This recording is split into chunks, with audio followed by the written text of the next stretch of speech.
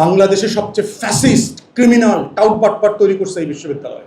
ঢাকা বিশ্ববিদ্যালয় নিয়ে আপত্তিকর ও বিদ্বেষপূর্ণ মন্তব্যের অভিযোগ উঠেছে এবি পার্টির মহাসচিব ব্যারিস্টার আসাদুজ্জামান ফুয়াদের বিরুদ্ধে। এ ঘটনায় তাকে আইনি নোটিশ পাঠিয়েছেন সুপ্রিম কোর্টের আইনজীবী তন্ময় কুমার সাহা। নোটিশে আগামী ৭২ ঘণ্টার মধ্যে তাকে প্রকাশ্যে নিঃশর্ত ক্ষমা চাইতে বলা হয়েছে। সেই সঙ্গে ঢাবির গবেষণা তহবিলে ১০০ কোটি টাকা ক্ষতিপূরণ হিসেবে জমা দেওয়ার দাবি জানানো হয়েছে।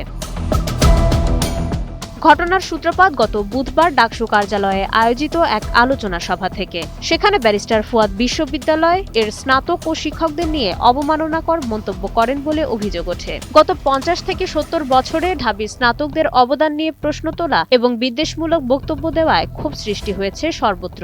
আইনজীবী তন্ময় কুমার সাহা অভিযোগ করেছেন, এ ধরনের বক্তব্য বিশ্ববিদ্যালয়ের ভাবমূর্তি ও সুনামকে মারাত্মকভাবে ক্ষুণ্ণ করেছে।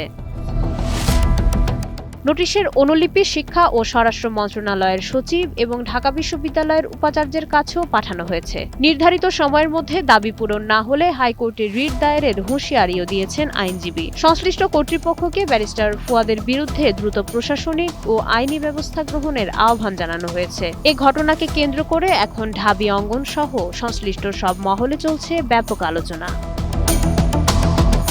মাইশা মালিহা, সময়ের আলো।